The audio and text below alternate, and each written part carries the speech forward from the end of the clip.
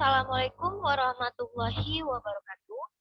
Nama saya Andini Ardianiningsi, NPM 1915-1056 dari kelas reguler 1, klaster 5, klaster 2, 5G. Saya membuat video ini untuk memenuhi ujian tengah semester saya pada mata kuliah metodologi penelitian. Langsung saja tanpa berlama-lama, saya akan menjelaskan sebuah materi tentang mengungkapkan fenomena dengan pendekatan kuantitatif dan kualitatif. Pada bab pertama, terdapat teori dan penelitian. Teori adalah sekumpulan ide, pengetahuan tentang suatu hal, dan konsep-konsep yang terorganisasi dan saling terkait satu sama lain yang membentuk pengetahuan bagaimana sebuah fenomena itu terjadi. Teori memberikan berbagai alternatif skenario tentang apa yang sudah, sedang, dan yang akan terjadi. Teori dapat digunakan untuk memahami, menjelaskan, memprediksi, serta mengendalikan sebuah fenomena untuk memperoleh sebuah hasil tertentu yang diharapkan. Bagaimana teori itu berkembang? Nah, teori itu akan selalu berkembang dan disempurnakan sesuai dengan pengenalan yang makin baik terhadap dunia nyata melalui berbagai penelitian yang dilakukan. Dalam memahami dan menjelaskan bagaimana suatu teori berkembang, ada beberapa pendekatan, yaitu yang pertama adalah induktivisme. Induktivisme itu adalah teori yang dapat berkembang melalui kombinasi penalaran induktif dan deduktif. Pendekatan ini sering digunakan acuan dalam berbagai literatur filosofi sains. Nah, penalaran induktif berangkat dari observasi tentang sebuah fenomena yang bersifat khusus untuk menggeneralisasikan kondisinya pada suatu lingkup yang besar. Sedangkan penalaran deduktif berarti berangkat dari suatu pernyataan yang bersifat umum dan dianggap untuk kemudian menjelaskan suatu dari yang bersifat spesifik. Kemudian ada falsifikasi. Menurut paham ini, selalu ada sebuah teori awal yang mendasari perkembangan teori selanjutnya. Sains dan teori berkembang melalui suatu proses trial dan error. Pendekatan ini dianggap memiliki kelemahan khusus karena terlalu bergantung pada observasi untuk mengkonfirmasi apakah sebuah teori berlaku atau tidak. Kemudian yang ketiga adalah research programmers. Pendekatan ini dikemukakan oleh Lakatos pada tahun 1974. Menurut pendekatan ini, teori dari sains berkembang melalui penelitian yang dilakukan dengan memperhatikan 3 komponen dalam program penelitian, yaitu yang pertama itu adalah negatif heuristik atau sebagai lapisan terdalam, kemudian ada protective belt, lapisan tengah, dan positif heuristik, lapisan keluar.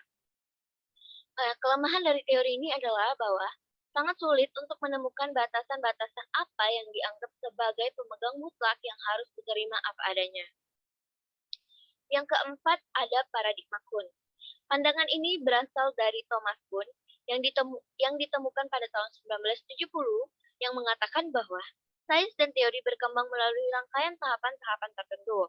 Nah, paradigma Kuhn ini dibangun berdasarkan sejarah sains di mana beberapa sains yang dianggap normal telah terinstitusional menjadi sebuah ideologi yang diterima sebagai kebenaran mutlak, menghambat kemajuan berpikir sehingga untuk mengubah membutuhkan banyak pengorbanan dan perubahan sosial yang sangat besar dampaknya. Kelemahan dari paradigma Kuhn ini adalah bahwa tidak semua sains atau teori berkembang melalui tahapan-tahapan yang ada sebelumnya. Yang kelima itu adalah teori anarkis. Nah, pandangan ini ditemukan oleh Feyerabend pada tahun 1975 yang mengklaim bahwa tidak ada satupun pendekatan di atas yang berhasil menjelaskan secara tuntas bagaimana sains dan teori itu berkembang. Nah, menurut sains dan teori dapat berkembang dengan cara apa saja dengan karakteristik masing-masing. Selanjutnya ada penelitian. Nah, apa sih penelitian itu? Penelitian adalah usaha manusia yang dilakukan untuk mencari jawaban atas suatu keingintahuan. Sebagaimana teori penelitian juga merupakan aktivitas sehari-hari yang dilakukan oleh setiap orang, baik disadari maupun tidak, karena tidak setiap waktu kita selalu menemukan hal-hal yang baru. dan senantiasa mencari penjelasan atau jawaban tentang penyebab faktor-faktor yang mempengaruhi serta akibat-akibat yang ditimbulkan. Nah, dalam penelitian itu dikenal dalam metodologi penelitian dan juga metode penelitian. Metode Metodologi penelitian itu adalah strategi umum dalam melakukan penelitian, termasuk tahapan-tahapan yang dilakukan dalam melakukan penelitian. Sedangkan metode penelitian itu adalah merupakan bagian dari metodologi penelitian yang secara khusus mendeskripsikan tentang teknik pengumpulan dan analisa data. Kemudian, penelitian ilmiah dan non-ilmiah. Tidak ada jaminan bahwa penelitian ilmiah akan menghasilkan temuan yang lebih baik atau bermanfaat daripada penelitian non-ilmiah. Suatu penelitian ilmiah dikatakan ilmiah apabila memenuhi beberapa kriteria. Yang pertama itu adalah persuasif. Persuasif itu adalah suatu penelitian dikatakan ilmiah apabila ia memiliki tujuan yang jelas dan spesifik tentang apa yang hendak dicapai dari penelitian tersebut. Yang kedua adalah sistematik. Nah, suatu penelitian dikatakan ilmiah apabila langkah-langkah yang diambil dalam melaksanakan penelitian tersebut terstruktur dengan baik. Yang ketiga ada logik. Logik adalah berarti setiap langkah yang diambil dalam melaksanakan penelitian tersebut dapat dijelaskan sehingga dapat diterima secara nalar apa alasan dalam memilih tindakan tersebut.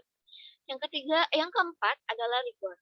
Kriteria ini menunjukkan pada pentingnya suatu penelitian yang memiliki kerangka teoritis dan desain studi yang mengutamakan kehati-hatian sesungguhnya dan komitmen yang tinggi dalam menjalankan setiap langkah yang diperlukan sehingga hasil studi atau temuan yang ditemukan benar-benar dapat dipertanggungjawabkan kualitasnya. Yang terakhir ada replicable. Replicable ini adalah suatu penelitian yang dikatakan ilmiah apabila jika penelitian tersebut diulang dengan langkah-langkah yang sama, maka temuan yang diperoleh juga akan serupa. Namun, kita perlu perhatikan bahwa kriteria ini juga membawa konsekuensi bagi suatu penelitian yang mengacu pada penelitian sebelumnya. Tujuan dari penelitian. Nah, berdasarkan tujuannya, penelitian itu dibagi menjadi 3, yaitu adalah eksplorasi yang bertujuan untuk mendapatkan gambaran awal tentang suatu fenomena yang belum pernah atau sangat sedikit diketahui atau diteliti sebelumnya. Yang kedua adalah deskriptif yang bertujuan memberikan gambaran tentang detail-detail spesifik dari sebuah situasi, lingkungan, atau hubungan. Yang ketiga adalah experimental research yang bertujuan untuk mencari sebab dan alasan dari terjadinya sebuah fenomena, tidak hanya what, who, tapi juga when dan why. Kemudian selanjutnya ada manfaat penelitian. Sama dengan tujuan tadi, manfaat juga memiliki dua penelitian yang berbeda, yaitu adalah penelitian dasar, di mana penelitian dasar itu adalah penelitian yang dilakukan untuk mengembangkan suatu sains secara umum dan mengevaluasi atau mengembangkan konsep atau teori yang ada dalam bidang tersebut. Nah, penelitian jenis ini itu adalah untuk menemukan atau mengimplikasikan berbagai fenomena di dunia nyata terhadap teori atau konsep yang ada dikarenakan adanya perbedaan yang substansial antara teori atau konsep dengan dunia praktek. Yang kedua itu adalah penelitian terapan. Penelitian terapan adalah penelitian yang dilakukan untuk memecahkan masalah sehari-hari. Nah, penelitian ini itu pada dasarnya di sini akan selalu berangkat atau berdasarkan dari pengamatan penelitian tersebut terhadap berbagai permasalahan yang muncul atau terjadi pada sebuah objek dari penelitian tersebut juga. Yang kemudian ada sumber data penelitian. Dari dimensi sumber data ini juga memiliki dua perbedaan penelitian, yaitu adalah penelitian lapangan yang jika data yang dikumpulkan merupakan data yang berasal dari sumbernya secara langsung di lapangan yang merupakan objek tadi. Yang kedua itu adalah penelitian pustaka, yang jika data yang diambil merupakan data yang tersedia pada pihak ketiga misalnya, perpustakaan maupun lembaga lainnya, yang bukan merupakan objek penelitian itu sendiri. Yang terakhir adalah dimensi waktu. Berdasarkan dimensi waktu, penelitian dapat dibedakan menjadi dua, yaitu cross-sectional, yang adalah penelitian yang dilakukan memotret sebuah fenomena Pada sebuah titik waktu tertentu, studi ini mempelajari sebuah fenomena, sebuah produk akhir dari sebuah proses. Yang kedua itu adalah longitudinal. Longitudinal adalah penelitian yang memotret sebuah fenomena pada berbagai titik waktu sehingga dapat dipelajari proses perubahan atau perkembangan yang terjadi pada fenomena tersebut. Lanjut ke bab 2, itu adalah tentang etika dalam penelitian. Yang pertama itu adalah konflik kepentingan dalam penelitian. Jadi, etika memberikan batasan tentang apa yang boleh dan tidak boleh dilakukan, apa yang dianggap bermoral dan tidak. Jadi, di setiap negara itu memiliki hukum formal yang berlaku ya. Namun, dalam penelitian, itu banyak sekali dilema yang terjadi. Nah, untuk itu diperlukan keseimbangan. Nah, di antara itu banyak keseimbangan di antara berbagai kepentingan yang berbeda. Yaitu yang pertama adalah kepentingan pengembangan sains. Kepentingan pengembangan sains jarang diartikan sebagai sebuah pembenaran bahwa sains dapat dikembangkan kemana saja demi kemana saja. Hal ini mengundang perdebatan luas antara sains bersifat netral atau bebas nilai.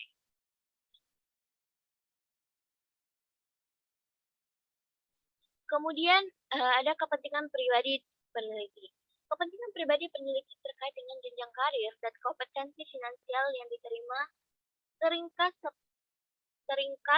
peneliti menghadapi tekanan karena berbagai tuntutan dari pemberi kerja maupun masyarakat sekitar untuk mempublikasikan karyanya. Kemudian ada hak-hak dari partisipan yang diteliti. Pelaku atau partisipan dari objek yang diteliti juga mempunyai hak asasi yang harus dihargai dan dilindungi. Mereka adalah orang-orang yang secara sadar atau tidak sadar terlibat sebagai objek peneliti untuk memberikan data yang dibutuhkan oleh peneliti terkait aktivitas yang mereka alami. Kemudian yang terakhir adalah kepentingan masyarakat. Nah, masyarakat itu berkepentingan dengan manfaat potensial dari sebuah peneliti bagi kehidupan yang lebih baik. Diseminasi hasil penelitian bagi kepentingan publik dan pertanggungjawaban dana. Yang kedua adalah etika dan hukum formal. Nah, batasan etika tidak selalu sama dengan hukum formal. Belum tentu yang tidak melanggar hukum formal itu pasti etis.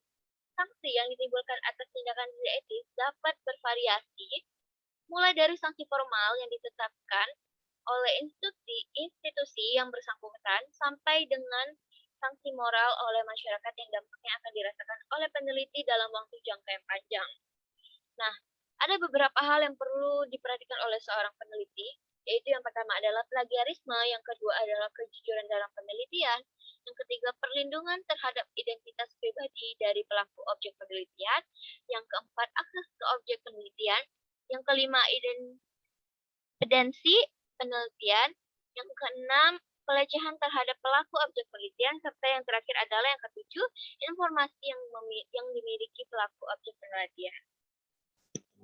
Lanjut ke bab 3.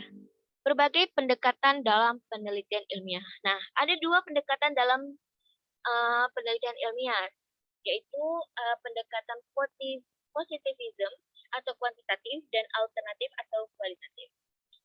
Nah, kedua pendekatan tersebut memiliki filosofi berpikir yang beda tentang ontologi, epistemologi, dan asumsi sifat manusia.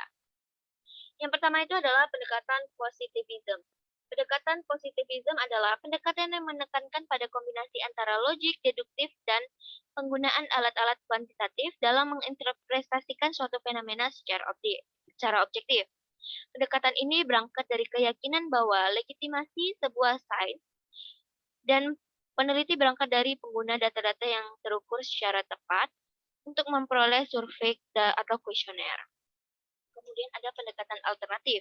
Pendekatan alternatif mempercayai bahwa penelitian terhadap fenomena sosial tidak dapat mengadopsi begitu saja pendekatan pada penelitian. Nah, pendekatan ini lebih menekankan pada pemahaman yang bersifat kualitatif dan tentang fenomena yang diteliti. Pendekatan alternatif ini mempunyai dua variasi, yaitu interpretif dan filsafat. Interpretif itu beranggapan bahwa pemahaman atas suatu fenomena sosial dapat diperoleh dengan mempelajari suatu teks secara detail, di mana teks di sini dapat diartikan sebagai suatu pembicaraan, tulisan, dan gambar. Sedangkan pendekatan kritikal adalah lebih bertujuan untuk memperjuangkan suatu ide dari peneliti untuk membawa perubahan substansial pada masyarakat. Aspek-aspek kunci pembanding antar positivism, interpresif, dan kritikal. Nah, ada beberapa aspek, yaitu yang pertama, alasan melakukan peneliti, asumsi tentang sifat dan realitas sosial, asumsi tentang sifat manusia, sifat dari teori yang dilakukan, penjelasan yang dianggap baik, bukti yang dianggap baik, jenis penelaran utama, nilai-nilai pribadi para peneliti, dan metode penelitian yang digunakan. Sekian presentasi yang saya lakukan. Bila ada kesalahan, mohon maaf. Sekian, terima kasih.